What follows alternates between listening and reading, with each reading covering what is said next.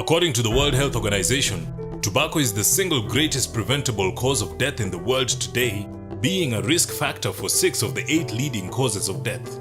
It is estimated that tobacco use and exposure to tobacco smoke causes 7 million deaths annually and will kill more than 8 million people annually by the year 2030 if left unchecked. Dr. Joseph Kibachio, the head of the Division of Non-Communicable Diseases at the Ministry of Health, explains the risks of tobacco use. That is where I would want to start when talking about tobacco, because there has been a narrative that has been spread far more by the tobacco industry that the only link or the only problem with tobacco is cancer, which is not a truth. Tobacco actually is also a risk factor for diabetes. It's also a risk factor for cardiovascular diseases. It's also a risk factor for chronic pulmonary diseases. So it's a risk factor for many, many diseases, including cancer. But the one that glares out as the direct link, for cancer, there is actually a direct link between tobacco and cancer. The others usually are an indirect link that, okay, this guy is a smoker, so he has a problem with his blood vessels, and so and he's also diabetic, so he developed a problem with his legs and he had an amputation. The Global Adult Tobacco Survey of 2014 shows that 2.5 million Kenyans, amounting to 11.6% of all adults, currently use tobacco products, while the Global Youth Tobacco Survey of 2013 found that 9.9% of Kenyan youth aged between 13 to 15 years uses tobacco products. The biggest driver of this epidemic is the tobacco industry. In 1994, the Attorneys General of 4 states in the United States filed lawsuits against the tobacco industry for reimbursement of healthcare expenditures arising from tobacco-related illnesses. As part of the settlement, the tobacco companies were required to make public millions of internal corporate documents produced during this litigation, which are now held at the Truth Tobacco Industry Documents Library, created in 2002 by the University of California, San Francisco, UCSF, and Center for Knowledge Management of the United States. These documents reveal the workings of one of the largest and most influential industries around the world. This documentary presents findings from a collaborative research between the Center for Tobacco Control in Africa with the University of Denver, USA, the International Institute for Legislative Affairs, and the Ministry of Health in Kenya. The goal of the Kenya project was to provide insight into tobacco industry activities in Kenya to inform implementation of tobacco control policies, and had 3 specific objectives. One was to document the history of tobacco industry interference in the tobacco control policy landscape in Kenya. And 2 is to create awareness of the tactics to policymakers and other advocates. And 3 is to stimulate action against tobacco industry interference, specifically increase monitoring and response to tobacco industry interference. The results will be very useful for policymakers to be alert of the tactics that the industry is using and to protect the tobacco control policies. But also, 2, the results will be used to increase on surveillance, monitoring of the tobacco industry behavior and tactics, and hence protect their interference in the tobacco control and public health policies. And 3, the results will also be used to inform the implementation of strong tobacco control programs in Africa. And to the advocates, civil society, and the media, the results of this project are very critical, because then they support them, provide them with evidence to argue out and to do media advocacy on increasing awareness to the public of the tobacco industry tactics and their behavior, but also to support the governments, especially the ministries, in providing, in voicing the industry interference and providing an avenue for dialogue on how to address, on how to curb industry interference. The Truth Tobacco Industry Documents Archive contains 14 million documents created by tobacco companies about their advertising, manufacturing, marketing, scientific research, and political activities. The archive was built to house and provide permanent access to tobacco industry internal corporate documents produced during litigation between U.S. states and the 7 major tobacco industry organizations and other sources. These internal documents give a view into the workings of one of the largest and most influential industries in the United States. The archive is a portal to aid investigation about tobacco industry corporate practices that are detrimental to public health.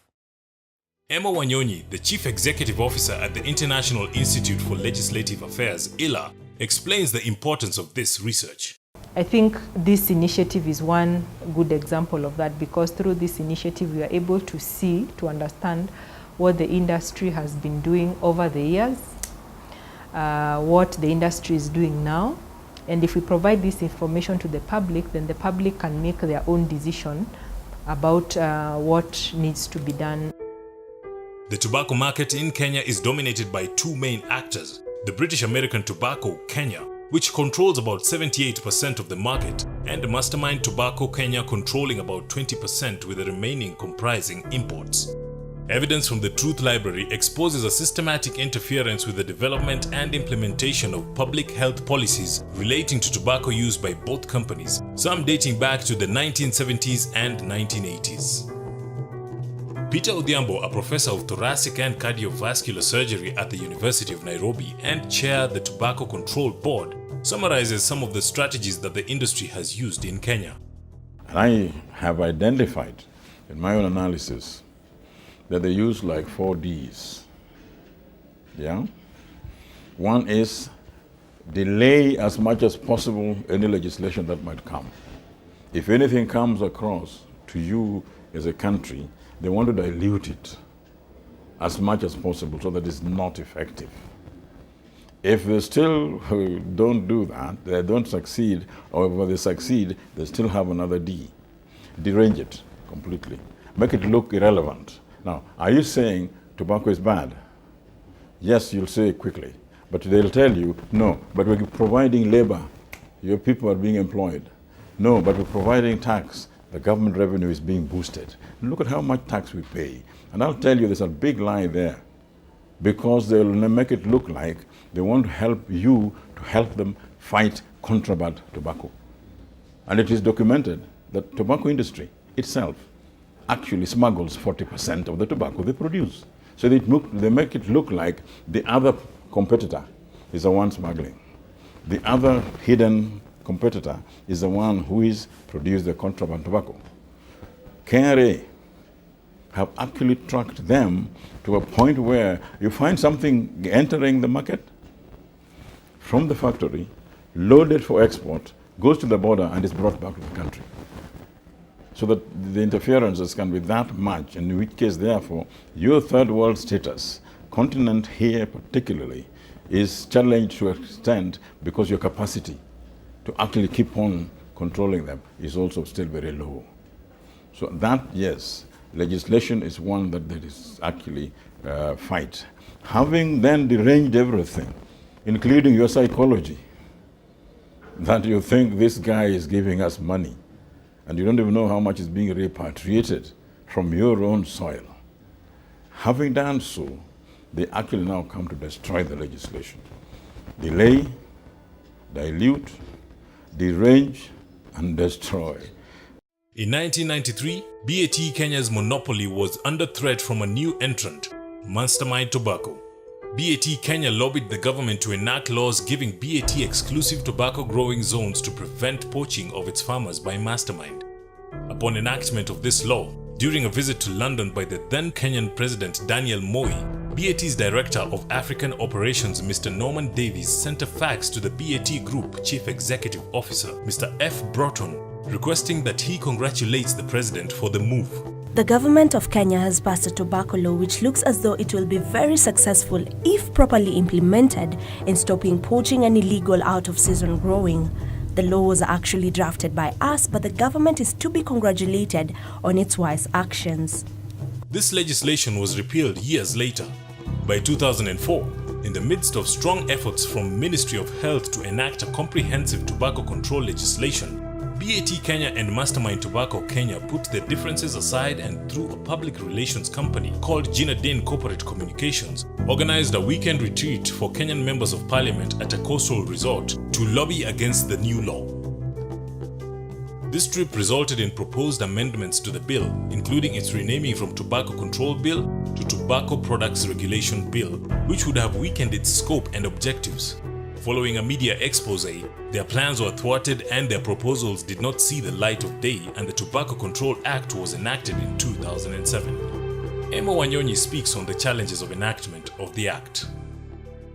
So there are a number of ways that the industry has interfered, has interfered in tobacco control in Kenya. I would say one of the ways that that sticks out very clearly is their interference in the policy and legislative process, because anyone who was there before the enactment of the Act would bear witness that it took a very long time for the Act to be enacted. It took almost a decade of back and forth, because every time the Act would come to Parliament, then the industry would take parliamentarians for trips to the coast. And we have pictures, images from the media that capture those moments. And then when the members of Parliament would come back to the House, then somehow the bill would not see the light of day. So it took quite a bit of time to get the Act passed. Dr. Kibachio adds, the process of developing the Act was a place which was riddled with tobacco industry interference, because as our legislators were trying to, wrap their mind around this Act, a big chunk of them is taken down to Mombasa and, distorts their thinking around how to legislate. The industry did not take this lying down. Following the enactment in 2008, Mastermind filed a suit against the Attorney General seeking to nullify the Tobacco Control Act on grounds that it is unconstitutional, irrational, and an infringement of their right to trade. This suit was dismissed in 2012, after which the Ministry of Health embarked on the development of regulations for the enforcement of the Act. However, the industry attempted to derail this process as well.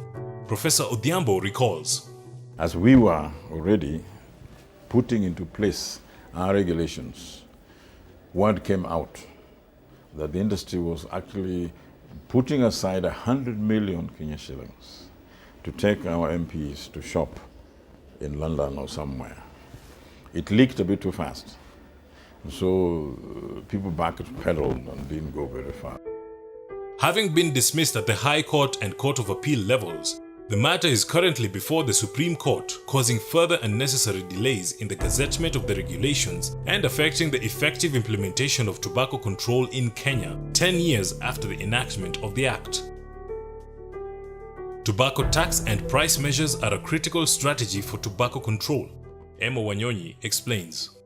Tobacco taxes have been found to be, tobacco tax and price policies, if I may put them that way, have been found to be one of the most effective ways to control tobacco use, because of the economic principle where when you increase tax, you expect that the demand will reduce, because then the price will go up. Ms. Dorcas Kiptui, head of the Tobacco Control Unit, TCU at the Ministry of Health, adds, tax is an intervention to deter people is intended to, one, increase the price. When you raise the tax, then you increase the price of our product. So when the price is higher, then the people who have little income do not have extra income to afford such a product, and therefore it deters them from consuming it, and eventually they are saved or protected from the harmful effects of this consumption of these products.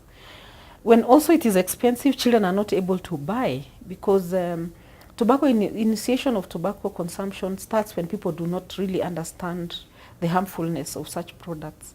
So when children are not able, or young people are not able to afford it, then their initiation is delayed. And by the time they are able to afford, they already know the harmfulness, and most likely they will not start to use using these tobacco products. BAT's involvement in tobacco tax policies in Kenya is captured in its own documents, which show early attempts to endear itself to political powers of the time with the objective of benefiting from tax waivers. Along the Mombasa Highway in Nairobi stands a residential housing development called Imara Daima, which was set up in 1992 by BAT Kenya and was officially inaugurated 3 years later on the 5th of April 1995 by the then President of Kenya, Daniel Moi. This is what senior BAT staff, including its African Regional Director Mr. Norman Davis, had to say about the project in separate correspondences. The project occurs at a time when it is particularly important for BAT Kenya to be seen to be good citizens. Negotiations with government on changing the excise structure commenced, and BAT Kenya are trying to get leaf-growing areas to be gazetted for their exclusive development. Failure to undertake the project would have an unfavorable effect on government and staff relations. The land is being obtained with the assistance of the Office of the President on the understanding that it was used to provide low-cost workers housing in a non-profit making project.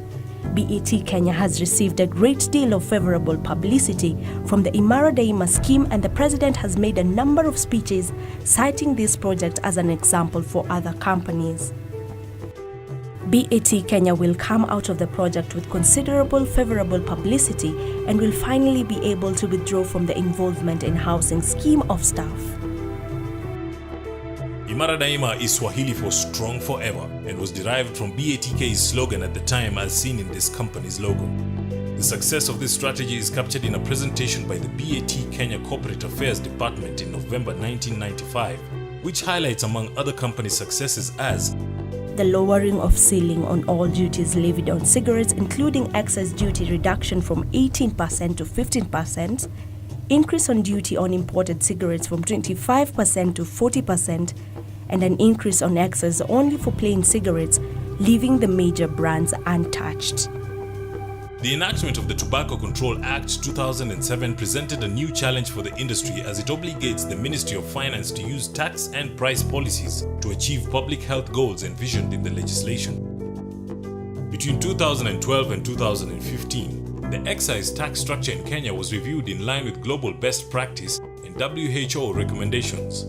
The Cabinet Secretary for Treasury, in his budget statement for the fiscal year 2015 to 2016, while introducing the Excise Duty Bill 2015, indicated that we are imposing excise duty to compensate for harmful effects caused by production, supply, consumption, or use of goods and services which costs are not directly reflected in their prices. We are introducing a new tax based on units of quantity only. As such, the bill imposes a charge on sticks of harmful cigarettes and tobacco. I have, in addition, Mr. Speaker, converted the current hybrid tax regime for cigarettes into a specific one. Mr. Vincent Kimosop, lead consultant at the Sovereign Insight Consulting firm and who was the CEO of ILA at the time, explains why this was a milestone for the country. So in 2012, for example, we saw the collapse of the tax structures. So that was a major step because the tax structures that we had, 4 of them, the mistake that we had is that the cigarettes manufacturers would actually classify their cigarettes in terms of ensuring that the premium brands falls in areas that they don't pay much. And then also the other problem with having the 4 structures was you could actually switch as a consumer. So then the ultimate objective of reducing consumption could not be realized because the industry could manipulate the tax structure, and then also the consumers could do what? Could switch, which is not in tandem with the requirements on the guidelines of implementing Article 6. The Excise Duty Act that came into effect in December 2015 therefore introduced a simplified structure with a flat rate for all cigarettes, indexation to adjust for inflation, as well as upward trajectory on the excise rate. The change in structure and the new rate of 2,500 shillings for every 1,000 sticks, up from 1,200 shillings, in effect caused a price increase of between 1% for premium brands such as Dunhill and Embassy, 37% for mid-price brands such as Sportsman, Sweet Menthol and Safari, and 81% for economy brands such as Rooster, Supermatch and Rocket. It became obvious that in the short term, Mastermind products would be hit harder than its competitor BAT. Mastermind were quick to react by putting up a media advert challenging the act and directly attacking tobacco control advocates, ILA, accusing them of being sensational, siding with a competitor and misleading the public. Consequently, after close to a year and a half of the implementation of the act and much lobbying from Mastermind Tobacco, the Cabinet Secretary for Treasury in his budget statement for the year 2017 to 2018 proposed, Mr. Speaker, there's been industry concern on the current taxation of cigarettes in our country. The current single tax structure of 2,500 per mile of cigarettes has been inequitable and has adversely affected demand for locally produced low-value cigarettes. To cushion the local cigarette manufacturers from adverse financial effect due to loss in the market, I have proposed a two-tier tax structure of 2,500 per mil for cigarettes with filters and 1,800 per mil for plain cigarettes. This tax measure will ensure equity and fairness in the tobacco industry and prevent job losses in this sector. Mastermind has always presented itself as the local company, producing for the poorer segment of the population. In many instances, the industry will work with front groups, individuals and institutions with hidden links to the industry. A key front group of the industry has been the Kenya Association of Manufacturers, of which both BAT Kenya and Mastermind Tobacco are members. Dorcas Kiptui recounts. Some of them include using of front groups. Like before, when we were doing the law, initially they would use a group of smokers to say that it's their right to smoke and things like that. Then we would have a discussion with them and actually educate them on tobacco consumption and also the industry information the industry has. And also sometimes they have used groups of farmers, front groups, calling themselves tobacco growers groups, or people who retailers of tobacco products and such, like front groups, and also commercial groups. And they have tried in many ways to put pressure on the government or to speak against tobacco control using front groups. Dr. Kibachio explains frustrations about dealing with tobacco industry front groups. If we take the tobacco industry to court or when we are legislating, they will come to us, not the tobacco industry, but as a Kenya's First Association of Manufacturers, as a Kenya Private Sector Alliance. So it's not the tobacco industry directly that is engaging with us, it's these other quasi-government or other bodies that are having tobacco industry as members. Kenya is a party to the WHO's Framework Convention on Tobacco Control, whose Article 5.3 urges parties to protect their public health policies from commercial and other vested interests of the tobacco industry. The guiding principles when engaging with the tobacco industry are that there is a fundamental and irreconcilable conflict between the tobacco industry's interests and public health policy interests. Countries, when dealing with the tobacco industry or those working to further its interests, should be accountable and transparent. Countries should require the tobacco industry and those working to further its interests to operate and act in a manner that is accountable and transparent. And 4. Because their products are lethal, the tobacco industry should not be granted incentives and preferential treatment to establish or run their businesses. Dr. Kibachio advises. For us as policymakers, it behoves us to protect policy making from tobacco interference, because there is absolutely no relationship between tobacco and health. And as the FCTC says, there is a fundamental and irreconcilable difference between public health and tobacco. And so there is no way we can hold hands on anything whatsoever policy. Civil society can also play a role. So we've been able to do, to create awareness. But then we are also trying to expose what the industry is doing. So when we see something happening, when we see a violation of the act by the industry, when we see, for example, advertising happening, then we expose what they're doing to the public, but we also work with the ministry or agents that are in charge of enforcement to ensure that action is taken against the industry.